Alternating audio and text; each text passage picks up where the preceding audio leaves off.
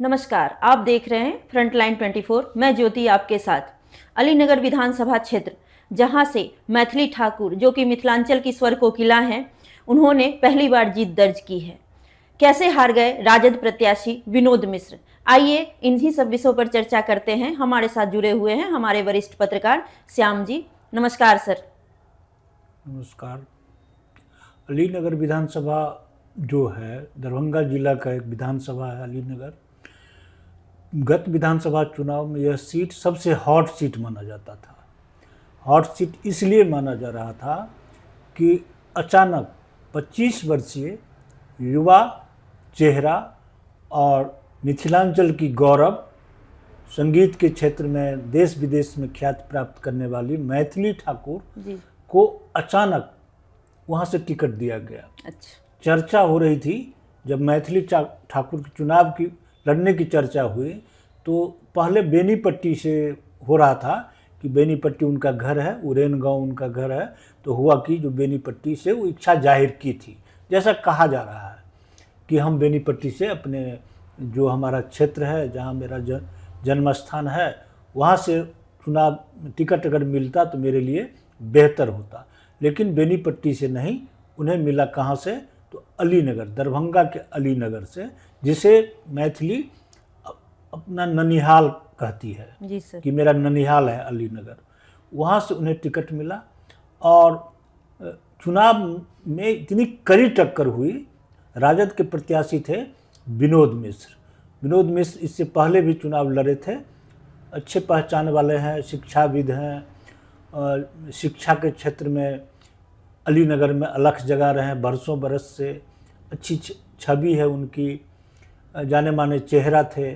तो उनके विरोध में एक 25 वर्षीय युवा चेहरा मैथिली ठाकुर को उतारा गया। लोग उस समय हतप्रभ हो गए। जी सर। शुरुआती दौर में मैथिली ठाकुर का बहुत विरोध हुआ कि मैथिली ठाकुर बाहर से आके अचानक यहाँ चुनाव लड़ रही हैं। स्थानीय भाजपा नेता को जो मौका मिलता चुनाव लड़ने का, वो उसको मैथिली ठाकुर आकर उनके अरमान पर पानी फेर दी है। तो काफ़ी विरोध हुआ।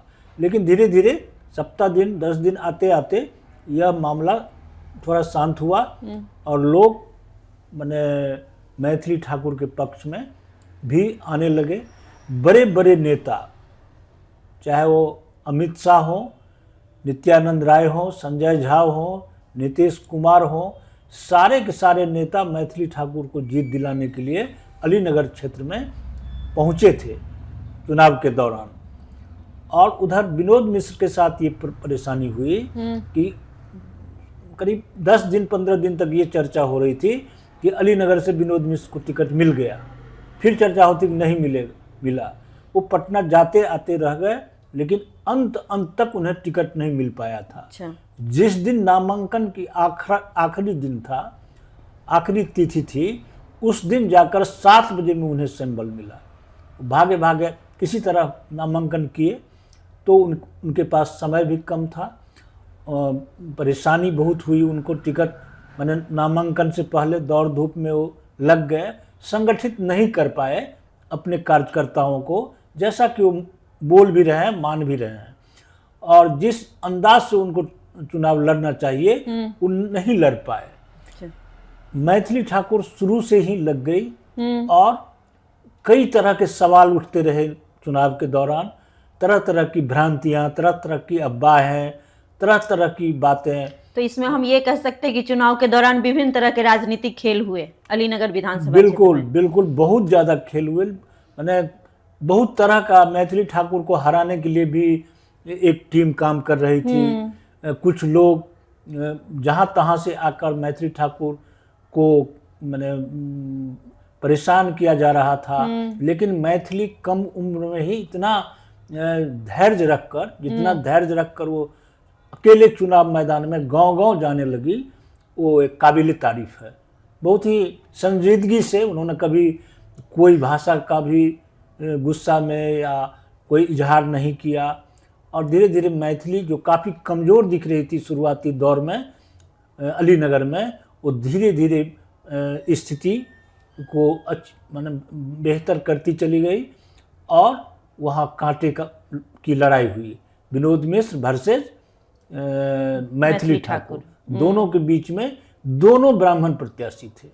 अलीनगर भी ब्राह्मण बाहुल्य क्षेत्र है, ब्राह्मणों की संख्या अच्छी है वहाँ। विनोद मिश्र सामाजिक लोग हैं, लोगों के बीच में अच्छा जुड़ाव है उनका, तो लोग वहाँ के ब्राह्मणों के बीच में किंग कर्तव्य विमूढ़ वाली स्थिति हो गई कि हम इधर जाएं या उधर जाएं। लेकिन राजद का सिंबल होने के कारण विनोद मिश्र को लोग चाहते हुए भी वोट तो दिए, लेकिन उतना प्रतिशत वोट ब्राह्मणों का उन्हें नहीं मिला जो जीत सके। मैथिली इसमें कामयाब रही। तो सर, चुनाव के दौरान बहुत सारे वादों में मैथिली ठाकुर ने एक ये भी वादा किया था कि अलीनगर को सीतानगर के नाम से जाना जाएगा, तो ये कब विधायिका करेंगी? बिल्कुल बिल्कुल। अब बता देते हैं कि मैथिली ठाकुर की जीत के पीछे की कहानी जो है, उसमें महिला मतदाताओं की भूमिका जो है सबसे अहम है। अच्छा। मैथिली महिलाओं के बीच में इतना पॉपुलर हो गई अपना संगीत सुनाकर, अपने व्यवहार से, अपने कार्य कुशलता से, लोगों के बीच में जाके बूढ़े बुजुर्ग जो लोग थे उनको पाँव छू के प्रणाम करके, और कहीं कहीं संगीत सुना के जो मैथिली एक सेलिब्रिटी बन चुकी है, देश विदेश में ख्याति प्राप्त कर चुकी है, मिथिला का नाम जगह जगह रोशन कर रही हैं। तो अंत तक मैथिली जो है सो जीत दर्ज करने में सफल रही। हालांकि जिस तरह से एनडीए प्रत्याशी की जीत हुई है भारी मार्जिन से, उस तरह की जीत अलीनगर में मैथिली नहीं, उस तरह की जीत हुई है, मैथिली नहीं जीत पाई है उतने वोटों से। लेकिन फिर भी मैथिली अंत तक जीत दर्ज कर ली, लोगों का आशीर्वाद उन्हें मिला। इसी दौरान उन्होंने कहा था चुनाव के दौरान ही कि हम अपने अलीनगर, ननिहाल का जो क्षेत्र है अलीनगर, उसे हम सीतानगर बनाएंगे। मतलब ये था कि इसका चहुमुखी विकास होगा और अलीनगर विधानसभा एक सुंदर, सुसंगठित, सुव्यवस्थित और विकसित विधानसभा होगा।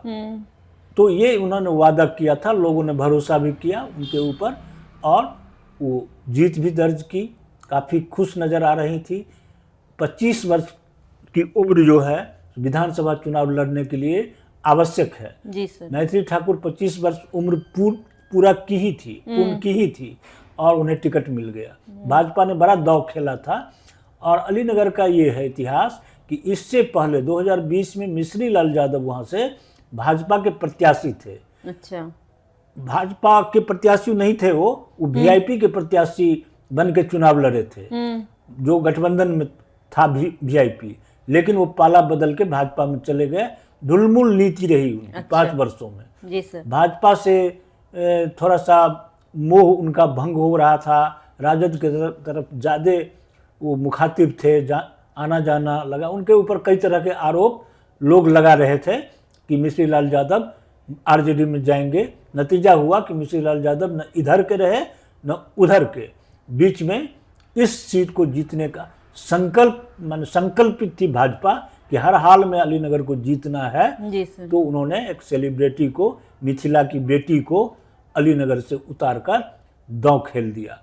और अलीनगर विधानसभा जो है वो 2 प्रखंडों का विधानसभा है, एक घनश्यामपुर और एक तारडीह। 2 प्रखंड है, दोनों प्रखंड को जोड़ करके यह विधानसभा बना है। यहाँ भी बाढ़, सुखाड़, यानी बहुत बेहतर स्थिति में अलीनगर विधानसभा नहीं है। पिछड़ापन है, सड़क तो बनी है वहाँ, लेकिन और कोई बड़ा काम वहाँ नहीं हुआ है। तो अब इनके ऊपर जवाबदेही है, जिम्मेदारी है। इन्होंने जो कहा है उस वादा पर इन्हें खरा उतरना होगा। संजोग अच्छा है कि केंद्र में भी भाजपा की सरकार है और बिहार में भी एनडीए गठबंधन की सरकार है। तो मैथिली को हर नेता, नरेंद्र मोदी से लेकर नीतीश कुमार, सारे के सारे भाजपा के बड़े नेता मैथिली को बहुत ही स्नेह करते हैं, मैथिली को सब जानते हैं। मैथिली को अधिक से अधिक मदद मिलेगा दोनों सरकार से, यह भी तय है। और मैथिली भी लग गई हैं कि हम अलीनगर विधानसभा को बेहतर काम में लग चुकी हैं, क्षेत्रीय भ्रमण पर लगातार आ रही हैं। उन्हें कई तरह की जवाबदेही भी है, विधानसभा भी है, अपना जो उनका विधा है संगीत विधा, उसमें भी सरकारी गैर सरकारी कार्यक्रम में वो जाती हैं, क्योंकि उनको लोग चाह रहे हैं। हर कोने कोने में उन्हें बुलाया जाता है, विदेशों से भी उन्हें बुलावा माने आता है कि मैथिली आए यहाँ, और उन्हें बहुत जगह स्नेह और प्यार मिलता है। अब सवाल उठता है कि यह अलीनगर विधानसभा जो है, जहाँ बाढ़ सुखाड़ की हमेशा समस्या रहती है, बाढ़ प्रभावित क्षेत्र माना जाता है, बहुत पिछड़ा इलाका उसे अलीनगर को माना जाता है। मैथिली ठाकुर चुनाव के दौरान उनके साथ कई तरह की समस्याएं उत्पन्न हुई कि वहाँ भाजपा के एक बड़े नेता थे जो बाबू साहब थे, वो नाराज़ हो गए थे, उन्होंने विद्रोह शुरू कर दिया था। लेकिन मैथिली इतना चतुर चालाक निकली कि उन्हीं के घर पर जाकर मीटिंग रख दी, विवश होकर जो नाराज चल रहे थे उन्हें सामने आना पड़ा, साथ देना पड़ा। तो कई तरह की भ्रांतियां वहाँ फैल गई थी, जो मैथिली को सामना करना पड़ा। बखूबी उन्होंने हर जो परेशानी थी उसको दूर की और चुनाव जीतने में सफल रही। अब उनके पिता को लेकर भी बहुत तरह की चर्चाएं हो रही थी कि वो मैथिली भाषी को उतना तरजीह नहीं देते हैं, मिथिला को उतना तरजीह नहीं देते हैं जितना बाहर के लोगों को, तो पैसा को ज़्यादा वो महत्व देते हैं, अपने क्षेत्र को नज़रअंदाज करते हैं। इस सब तरह की कई तरह की तरह तरह की बातें उठती रही, जो चुनाव में उन्हें परेशानी हुआ इसको लेकर। लेकिन मैथिली जीतने में सफल रही। अब उनके ऊपर, उनके कंधे पर बड़ी जवाबदेही और बड़ी जिम्मेदारी है कि अलीनगर जो सबसे पिछड़ा हुआ इलाका है दरभंगा का, उसका विकास कैसे हो। वहाँ शिक्षा के क्षेत्र में, स्वास्थ्य के क्षेत्र में और जो औद्योगिक क्षेत्र में, इन सब चीज़ों में, रोजगार में, पलायन रोकने में, इस सब में मैथिली किस रूप में काम करती है, इसका इंतज़ार अलीनगर के लोग कर रहे हैं। विनोद मिश्र जो एक शिक्षाविद हैं, शिक्षा से उनका जुड़ाव है, आज भी है, बड़ा स्कूल उनका चलता है, वो चलाते हैं और स्वयं काफ़ी तत्पर रहते हैं। क्षेत्र में उनकी पहचान है, उनकी छवि अच्छी है, लेकिन राजद का सिंबल जो है उन्हें नुकसान किया। ब्राह्मण किसी भी सूरत में राजद को पसंद नहीं करते हैं, ब्राह्मण वोटर। तो इस वजह से लोग चाह कर भी अपने स्थानीय, वहाँ पर स्थानीय बनाम बाहरी का भी मुद्दा उठा, लेकिन सारा मुद्दा जो है गौण हो गया मैथिली के रूप में। जब मैथिली सेलिब्रिटी वहाँ पहुँची तो धीरे धीरे सब कुछ गौण होता चला गया और मैथिली जीतने में सफल रही। ये भी चर्चा होने लगी थी कि मैथिली मंत्री पद की शपथ ले सकती हैं, ये सब भी चर्चाएं होने लगी। ऐसा नहीं हुआ, पहली बार विधायक बनी है और बहुत कम उम्र में उन्हें यह मौका मिला है। अब उनको देखना है कि वो किस तरह से जो राजनीतिक जो रास्ता अपनाई है, सफ़र शुरू की है, उसको कहाँ तक पहुँचती हैं वो, उस रास्ते से चलकर लगनशील हैं, मेहनती हैं, काफ़ी हंसमुख स्वभाव की है, लोगों के बीच हंसकर बात करती हैं, गुस्सा को नहीं था। पिता से कुछ नाराज़गी थी, लेकिन मैथिली चुनाव के दौरान अपने पिता को कभी भी कहीं किसी क्षेत्र में नहीं ले गई, भाई उनके साथ था और विनोद मिश्र जैसे एक बड़े चेहरा को उन्होंने पराजित कर दिया और यह सीट पूरे बिहार में सुर्खियों में था। उस पर कामयाबी हासिल कर एक इतिहास रच दिया कम उम्र में मैथिली ठाकुर ने। यही है वहाँ की कहानी।